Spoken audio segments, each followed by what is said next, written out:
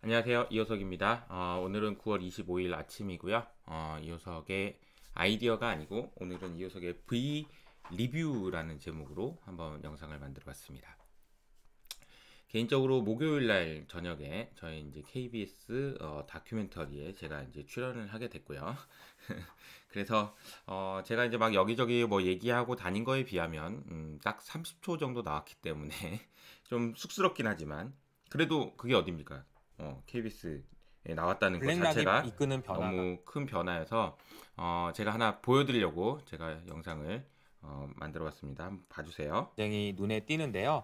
기업들을 바꿀 수 있는 유일한 방법은 텔레비전에 돈의 제 얼굴 흐름이라고 너무 크게 생각해요. 나와가지고 깜짝 놀랐어요. 이산화탄소 배출을 많이 하는 기업 혹은 그 산업에는 돈을 안 빌려주거나 빌려줬던 돈을 회수하고 이산화탄소 배출을 안 하거나 줄이려는 노력을 하는 회사나 산업에는 돈을 더 싸게 빌려주거나 더 빌려주겠다. 야 이렇게 나왔습니다. 가문의 영광. 그리고 또 하나 제가 보여드릴 게 있어요. 자, 이거는요.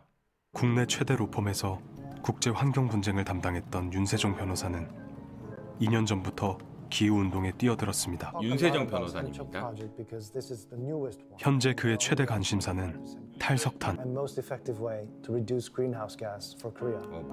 The six additional units of coal that are under construction are prime examples of that failure. And it's shocking. In the year 발음 2021, we 장난 have 아니에요. new coal power under construction, while everybody else is trying to shut down their operating coal fleet. But that's the reality that we have. 진짜 멋있네요. 이분은 이제 그 윤세종 변호사님이라는 분이고요. 이건 이제 빼고, 이분이 알고 봤더니 저희 고향 후배더라고요. 그러니까 저희 이제 고등학교 저희 후배의 동생이더라고. 그래서 한번 뭐 점심 한번 먹자 그래가지고 목요일 점심을 같이 먹었는데, 오 진짜 대단하시더라고요. 보니까 이거 소위 말하는 엄친아인데 엄친아예요. 그러니까 서울대 법대, 그다음에 이제 뭐 김앤장, 그다음에 그 하버드 대학교에서 막 유학을 하고 이러다가 갑자기 이러면 안 되겠다.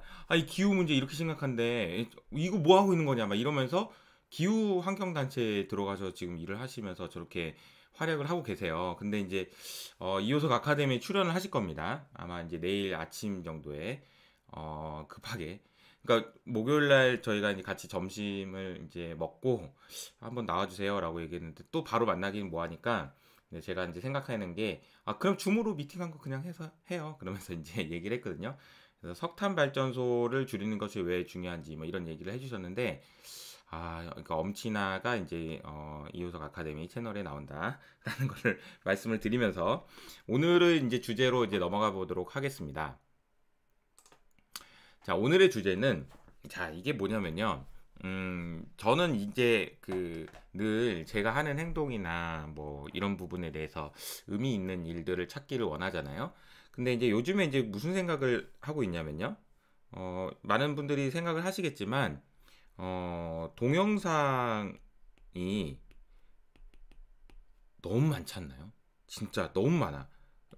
그것도 그냥 안 좋은 동영상이 아니고 퀄리티가 너무 좋은 영상이 너무 많아요. 그래가지고 저도 주체를 못하겠어. 뭘 봐야 될지 진짜 너무 힘든 그런, 여러분들도 비슷한 고민을 하고 계실 것 같아요.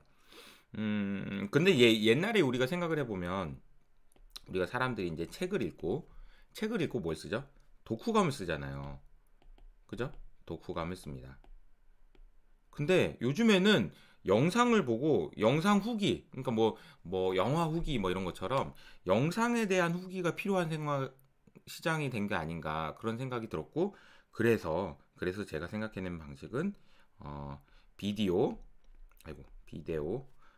리뷰, 그래서 V 리뷰 이렇게 해가지고 제가 이호석의 V 리뷰를 해볼까라고 생각을 했던 겁니다. 네, V 리뷰. 그래서 이제 오늘부터는 뭘 할까 하다가 그러니까 이거는 옛날부터 생각을 했던 건데 이거 해야 되겠다라고는 생각이 딱 들었던 게 이선엽 센터장님, 저도 이제 인포맥스 라이브에서 제가 진행할 때 2번이나 모셨던, 그리고 윤조 센터장님은 뭐 제가 맨날 어렸을 때부터 자주 뵀던 분이고, 그래서 이 두 분이 얘기하는 걸 보면서 이거는 좀 더 많은 분들이 보셔야 된다. 그리고 이분들의 생각이 이렇게 되고 있고, 이게 왜 중요하냐면, 어떻게 생각하면은 시장을 좋게 볼 수 있고 어떻게 생각하면 시장을 안 좋게 볼 수 있는지를 얘기를 들어보고 여러분들이 판단을 하실 수 있는 좋은 그런 기준이 되는 거거든요. 이 안 좋게 보는 이유는 이것 때문이구나. 좋게 보는 이유는 이것 때문이구나. 그러면서 이거를 합쳐졌을 때 그런 생각을 할 수 있지 않나, 그런 생각이 들어서 저는 이게 너무 좋은 영상이었던 것 같고요. 제목은 이거예요. 미중 리스크로 흔들리는 시장을 대가들은 어떻게 바라볼까? 그리고 이제 여기에 대한 9월 23일 방송에 대해서 제가 이제 시청 소감을 이제 말씀드려보는 걸로 하겠습니다. 참 이런 건 없었잖아요, 그죠? 알겠습니다. 자, 그러면 이제 시작하기 전에 제가 이제 생각하는 부분 좀 말씀을 좀 드려보면, 저는 개인적으로는 이런 토론이 가능하다는 것 자체가 이야기거리다라는 생각이 듭니다. 아니, 옛날에 우리 보면은 100분 토론 이런 거 있었잖아요. 저는 이제 100분 토론이 이제 싸움을 하니까 재밌어서 자주 보긴 했지만 100분 토론에서 이런 토론은 없었어요.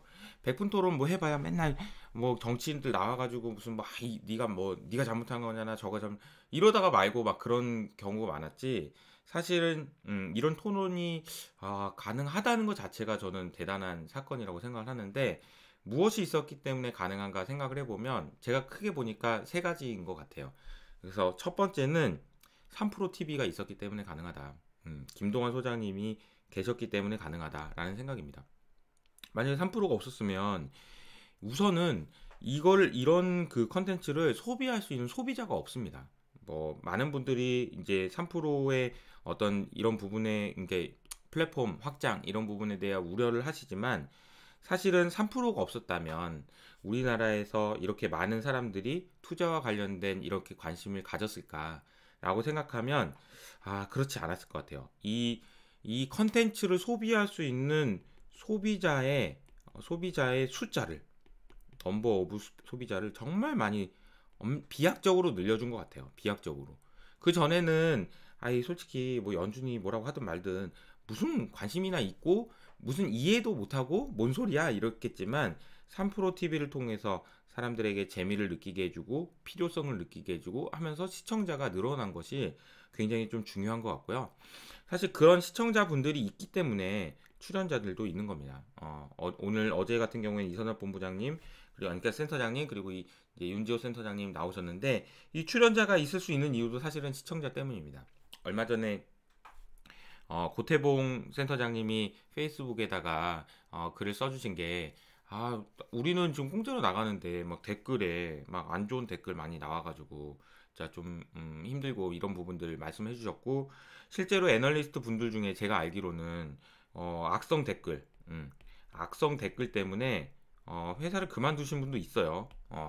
그러니까 이 악성 댓글이라는 것이 무엇을 의미하냐면요, 사실은 이 시청자가 출연자를 만들어주는 것이 아니고 이걸 망치는 그런 악성 댓글인 거죠. 아니 솔직히 말해서 출연자가, 그러니까 뭐 애널리스트가 됐든 어떤 전문가가 이런 식으로 채널에 나와가지고 나와서 자기의 의견을 내준다는 게 되게 좋은 거예요.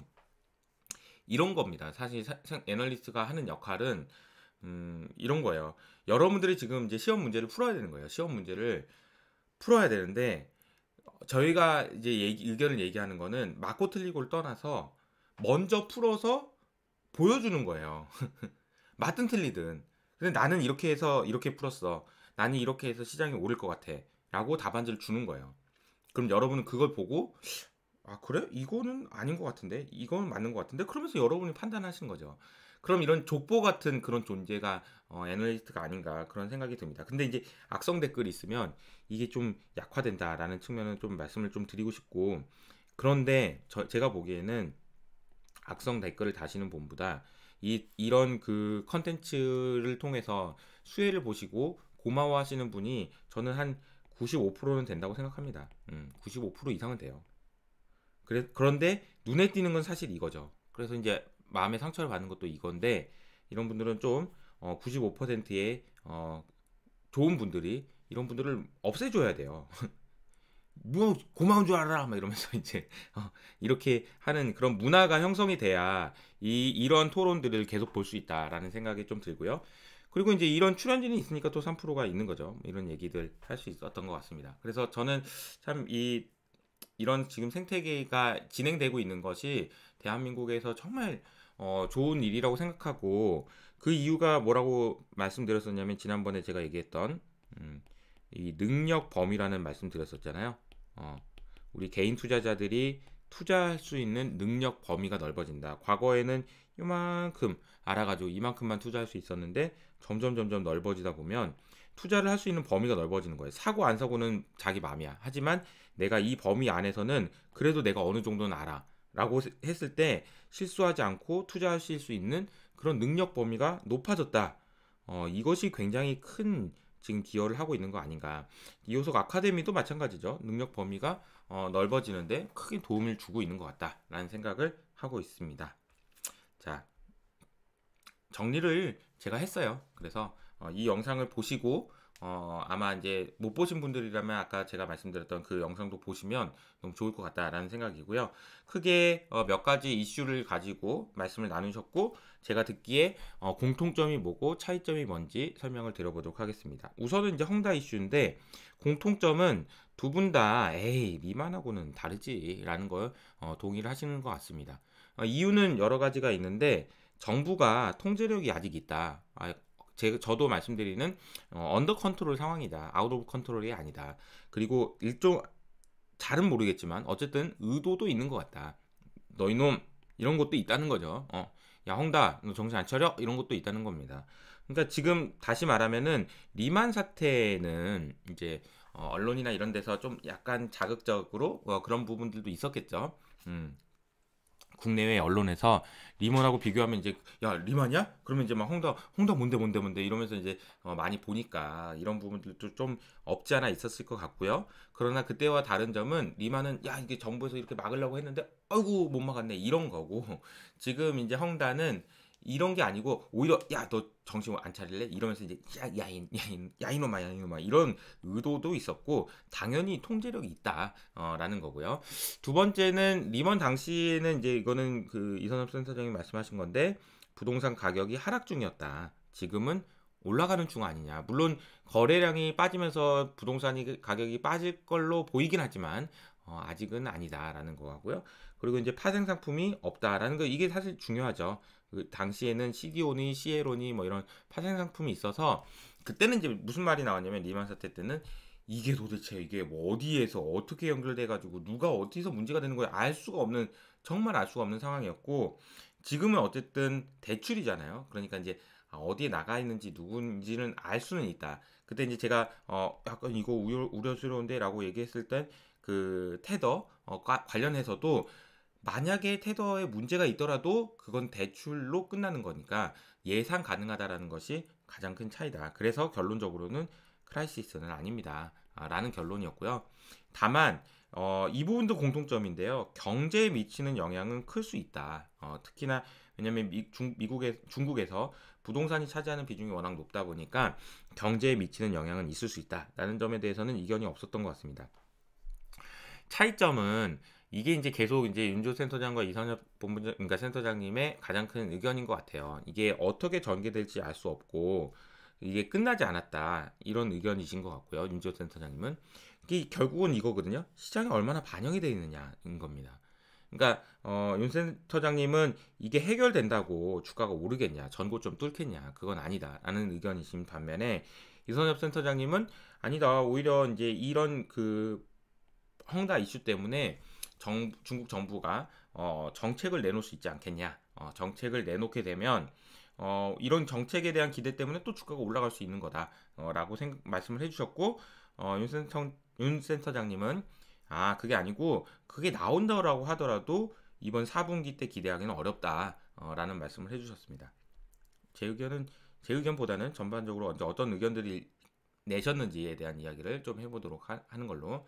자, 이제 두 번째 이슈는 이제 FOMC 회의입니다. FOMC 회의에 대해서도 여러 가지 의견들이 비슷한 부분도 있었고 갈리는 부분이 있었는데 이게 왜 갈리는지 이 부분에 대한 설명을 좀 드려볼게요. 우선은 공통점. 일단은 이제 예상 범위 안에 있었던 것 같다. 라는 의견은 공통점인 것 같아요. 그리고 이제 델타 변이에 대한 불확실성이 낮아진 것 같다. 라는 거. 그리고 미국 경제는 좋아지고 있다라는 겁니다. 이게 참 저도 고민인 게 일단은 21년 전망치는 낮췄다고 했잖아요. 근데 22년 전망치는 올렸단 말이에요. 그러면은 이게 시장에서 요거를 다 반영했나? 아니면 이거를 이제 반영할 차례인가? 이 고민인 거거든요. 사실 이게 만약에 반영이 안 돼 있다면 주가가 빠질 거고 요거를 이제 반영해야 된다라고 하면은 오를 텐데 참 이게 이제 어느 정도 반영됐는지를 알기가 진짜 어려운 거죠. 이 부분이 참 어려운 부분인 것 같습니다. 그리고 테이퍼링이 긴축이 아니다. 이거는 다들 동의하시는 거고 여러분들도 이제 아실 거예요. 저도 이제 수도 없이 말씀을 드렸고요. 테이퍼링은 긴축이 아닙니다. 이제부터 중요한 것은 이런 거죠. 이제 테이퍼링이 이렇게 되다가 요렇게 빨리 줄일 거냐 아니면 이렇게 천천히 줄일 거냐의 싸움이고 저는 이제 천천히 줄이면서 커봐 이거 니네 생각보다 도비씨하지 괜찮지 요렇게 되지 않을까라는 생각을 지금 하고 있고 그렇게 말씀을 좀 드리고 있습니다. 차이점은 이게 의외로 차이점이더라고요. 이제 성명서가 도비씨했냐 파월 연설이 도비씨했냐 이 부분에 대해서 도비씨했냐 호기씨했냐 부분에 대해서 이선엽 센터장님은 성명서는 호키씨인데 파월 연설이 도비씨 했던 것 같습니다 라고 얘기한 반면에 윤지호 센터장님 반대로 성명서까지는 괜찮았는데 파월이 얘기가 나는 좀 옛날보다 확실히 달라졌던데 라고 얘기를 하셨습니다. 그러니까 이제 이게 어떤 것이 호키시느냐 이 이야기가 조금 달랐는데 그렇게 생각하는 이유도 결과적으로는 시장에 반영되어 있는 정도였던 것 같아요. 즉 이제 파월이 연설했던 내용들 중에 사실은 이제 저도 말씀드렸던 게 테이퍼링 이제 할 거야 한다 이제 끝 땡땡땡 했죠. 그러니까 이제 옛날에는 저 사람 저렇게 얘기하는데 왜 이렇게 저렇게 테이퍼링 한다고 그러지? 라고 생각하면은 약간 호기시하다라는 생각을 할 수 있는데 아니 이건 미리 다 얘기하고 다 반영됐잖아 라고 하면 그걸 땅땅땅 쳐주는 게 불확실성 해소라는 측면에서 오히려 긍정적이다 이렇게 볼 수도 있는 거거든요. 자, 그러니까 똑같은 현상을 보고 이렇게 다 다르게 볼 수 있는 거예요. 이제 신기하죠. 그리고 이제 물가는 일시적이고 내년 성장률 전망치를 상향했다라는 점을 포인트로 맞춰야 된다라는 게 이제 이선엽 센터장님의 의견이시고요. 테이퍼링 준비 완료에 대한 우려 있다. 근데 테이퍼링을 이제 준비 완료라고 한다는 것이 저는 이제 불확실성 해소라고 보는 거고 윤지호 센터장님 같은 경우에는 이건 아니다. 이머징에 대해서는 여전히 안 좋은 영향이다라고 생각을 하시는 것 같아요. 저도 뭐 이머징은 안 좋은 것 같아요. 예. 근데 이제 테이퍼링 준비 완료가 됐고 불확실성 해소라는 측면은 긍정적인 것 같습니다. 세 번째가 이제 규제 이슈인데 사실 이제 이 규제 이슈는 어떻게 보면은 상당히 좀 중요한 이슈죠. 이게 중요한 이슈입니다. 그래서 이게 이제 네이버 카카오를 포함해서 빅테크들 규제 관련된 이야기가 많이 나오고 있는 상황이고요. 저도 이 규제 때문에 주가가 지금 하락했고 당분간 좀 쉽지 않은 구간을 지나간다라는 생각에는 동의를 합니다. 그러나 이제 저의 의견은 늘 말씀드렸던 것처럼 규제가 이거를 속도를 줄일 수 있지 방향은 못 줄인다라는 의견입니다. 방향을 줄일 정도로 규제를 내야 될 그런 인센티브도 저는 없다라고 생각하는 거고요. 그래서 가는 겁니다. 가는 거. 저는 그렇게 생각합니다. 뭐 네이버 카카오가 다 먹는 거예요. 원래 다 먹는 건데 국정감사 때까지만 조용히 있어. 아니면은 좀 천천히 먹어. 뭐 이런 정도의 의견이 아닐까라고 생각을 하고 있습니다. 물론 네이버 카카오가 뭐든 뭐 미국의 빅테크든 저는 정부의 규제가 이런 부분을 막기는 어렵다라고 생각하는 쪽입니다. 뭐 쉽게 볼 거는 아니죠, 당연히. 그렇지만 그러니까 이제 뭐 차분하게 좀 시간이 걸리겠네라고 생각하면서 들고 있으면 저는 된다라고 보고 있고 저도 실제로도 그렇고요. 공통점은 정책의 변화는 무시하면 안 된다, 중요하다라는 것이 공통점이었던 것 같고요. 그리고 이제 그 정책이 나오게 된 배경에 대한 설명도 공통점이었던 것 같은데 이게 바로 이제 양극화죠. 양극화가 어떻게 보면은 자본주의가 가지고 있는 가장 큰 문제점이기도 하고 어제 말씀드렸던 그 전 세계 글로벌 부의 1%를 하위 50%가 들고 있고 상위 1%가 뭐 15%인가요? 뭐 8%인가 들고 있었다. 뭐 이런 얘기 했었던 것 같아요. 그게 참 이게 어려운 얘기죠. 예, 어려운 얘기고 양극화의 문제가 어떻게 해결될 거냐. 만약에 이제 자본주의가 전혀 변화가 없고 그냥 그냥 놔뒀으면 양극화는 더 심화돼서 뭐 체제가 붕괴되고 뭐 이런 일이 있었겠지만 지금 자본주의도 여전히 계속 진화하고 있잖아요. 이런 진화하고 있는 문제들이 참 어떻게 될지 어떤 식으로 이제 해결이 될지 혹은 어떻게 전개될지 이런 부분은 지켜봐야 될 문제인 것 같습니다. 그리고 이제 이 양극화라는 문제가 너무 심각하고 너무 중요한 문제라는 부분에 대해서는 당연히 이견이 없고요. 그리고 부동산 가격도 너무 많이 상승했죠. 이거는 이제 자산 가격 상승이 제가 이제 병이라고 말씀드리는 거잖아요. 자산 가격 상승. 이것도 우려다. 그것 때문에 나오는 게 규제다라는 거죠. 이 문제를 해결시키려고 하는 것이 규제다. 그러면 이게 저의 생각은 양극화를 부러뜨리고 부동산 가격을 부러뜨려 가지고 얻고자 하는 것보다는 이 속도를 둔화시키는 그런 쪽으로 초점이 맞춰지지 않겠냐라는 게 이제 저의 생각이고요. 이게 뭐 틀릴 수도 있지만 그런 생각이고요. 차이점은 이 부분은 이제 좀 그 미국에서 애플에게 자사주 매입을 규제를 한다. 아니면은 너 자사주 좀 그만 좀 사라. 너무한 거 아니냐라고 얘기했을 때 이건 결국은 자사주 사지 말라고 하면 투자를 하라는 얘기인데 이게 투자를 하게 되면 신흥국의 수혜가 된다라는 얘기를 이제 이선엽 센터장님이 하셨습니다. 개인적으로는 이 투자를 하더라도 제 생각에는 유형자산 투자보다는 무형자산 투자를 더 많이 할 것 같고 아니면은 뭐 다른 뭐 이제 직접적으로 우리나라 국내 기업한테 수혜를 보는 투자를 한다라고 보기에는 과거랑은 좀 많이 달라진 부분이 있어서 제한적이지만 어쨌든 신선한 의견이었다라는 반응이었습니다. 우리나라의 수혜다라는 부분이요. 규제가 우리나라의 수혜다. 신선한데요? 라고 이제 다들 얘기를 해주셨던 것 같고요.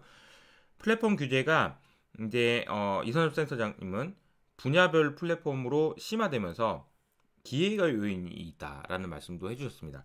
그러니까 이제 네이버 카카오를 규제하니까 그 네이버 카카오가 다 하지 못하는 다른 작은 것들이 또 결국은 플랫폼이 될 거다라는 얘기를 하셨고 여기서 이제 깨알처럼 김동완 소장님께서 야 방송은 3%가 이제 플랫폼으로 깨알같이 딱 들어오셔가지고 얘기를 해주셨습니다. 좀 약간 좀 여기서 끼어드시는 게 좀 귀여웠습니다, 김 소장님. 네. 그리고 이제 돈의 가치를 올리는 방법은 금리 뭐 이런 부분들을 얘기하면서 이제 그 제조업 투자를 많이 늘리고 인프라 투자 늘리고 하면서 이제 돈의 수요를 늘리면서 돈의 가치를 올린다 이런 얘기를 해주셨는데 그 말씀 맞는 것 같고요. 그래서 근데 이제 문제는 이제 로컬라이제이션이다. 로컬라이제이션이라는 거는 뭐냐면 미국이 그동안 글로벌라이제이션에서 야 니네들 물건 가져와서 내가 써줄게 라고 했었는데 자국 내에서 생산을 하는 쪽으로 방향이 턴했다 라는 거고요. 그것이 이제 과연 우리나라한테 좋은 영향이냐라고 봤을 때 안 좋은 영향이다 라고 보시는 분들이 보셨는데 이것도 이제 이선엽 센터장님은 단기적으로는 오히려 수혜다. 왜냐면 어쨌든 로컬라이제이션 하는 과정에서 설비 투자 들어가고 그럼 우리나라 수혜다라고 얘기를 하셨고 장기적으로 부담이라는 점에 대해서는 이견이 없었던 것 같습니다. 사실 이제 보는 내내 이제 결론적으로 그래서 윤지호 센터장님이 걱정하시는 건 딱 이거예요. 그냥 뭐 다른 거 필요 없어요. 그냥 이게 이제 보면 한국의 기업 이익이거든요. 이게 영업이익입니다. 영업이익인데 보시면 이것도 한번 보시면 좋아요. 2000년에서 2010년까지 영업이익은 이 정도 수준이었어요. 우리나라 기업이 버는 영업이익은 50조 원이었습니다. 50조 원. 그쵸? 50조 원 내외 안쪽이었어요. 그러다가 어느 날 갑자기 2010년에 100조를 찍고 나서 100조 원대의 작년까지 있었던 거예요. 큰 틀에서 보면 물론 뭐 100조 넘었다가 줄었다가 뭐 늘었다가 떨었다가 뭐 이렇게 했지만 결국 그냥 100조대였던 겁니다. 그러니까 한 단계 레벨업이 된 거예요. 2001년에서 2009년까지 레벨업이 된 거다. 이때는 50조, 근데 지금은 100조 이렇게 넘어선 거죠. 이건 뭐예요? 이거는 반도체가 얻어 걸린 거예요. 반도체 때문에 이익이 갑자기 많이 나서 이걸 그림으로 그리면 주가도 똑같은데요. 주가도 어떻게 그림 그려지면 이걸 녹색으로 그려보면 여기 계속 박스권, 여기 뾰족, 이렇게 또 박스권 이렇게 됐었던 거거든요. 코스피도 주가를 그려보면 이렇습니다. 그러다가 이제 2020년에 주가가 이렇게 빠졌다가 이렇게 올라온 상황이죠. 근데 이게 왜 올라왔냐라고 보면 그냥 이익이 늘어났기 때문이에요. 이익이 늘어났기 때문이다. 영업이익이 200조 원 수준으로 올해 나올 것 같고요. 200조 원 정도가 나온다라는 것이 이제 시장의 컨센서스인데 윤재 센터장님이 이게 너무 높다는 거죠.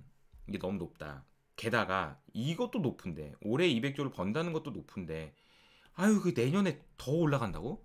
이건 진짜 아니지라고 생각을 하시는 것 같아요. 저도 동의를 어느 정도 하고요. 그리고 이제 더 중요한 사실은 내년을 전망하는 애널리스트들이 과연 현실적으로 지금 최근에 미국 경제가 3분기에는 어쨌든 슬로우다운 한다라는 걸 얼마나 반영했냐라고 보면 반영 안 했을 가능성이 높고 이게 내려올 가능성이 높아서 2022년에 이게 감익이 될 가능성이 높다라고 보시는 것 같아요.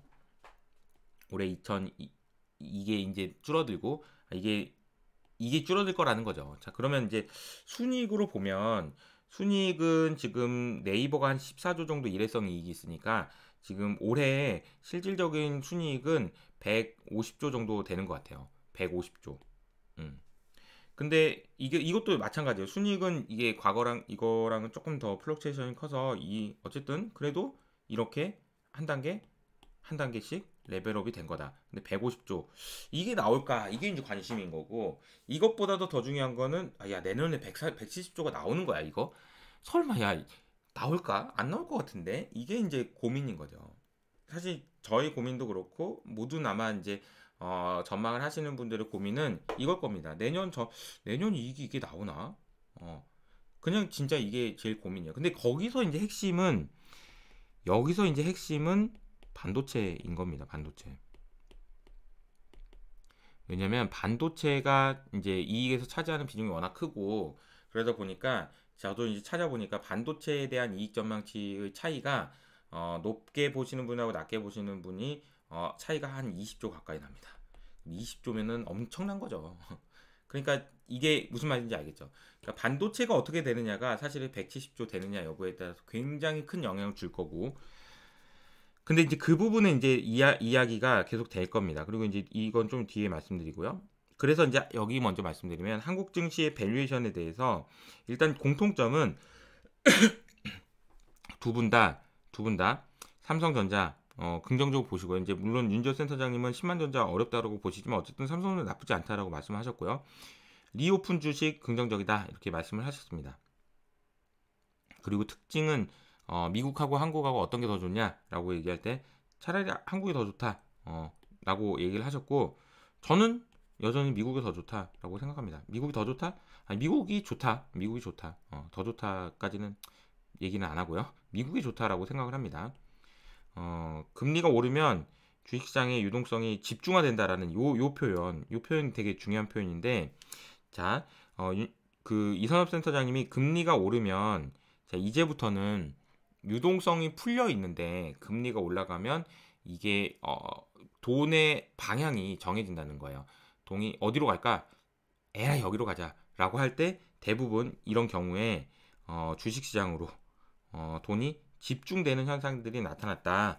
그래서 이제 부동산에서 주식으로 뭐 다른 자산에서 주식으로 넘어올 거다. 라는 얘기를 하셨고 윤지호 센터장님도 맞아요. 그래서 미국이 금리를 올릴 수 있는 상황이 돼서 실제로 올리게 되면 그때는 나도 이제 바이콜을 할 수 있다 이런 얘기를 해주셨습니다.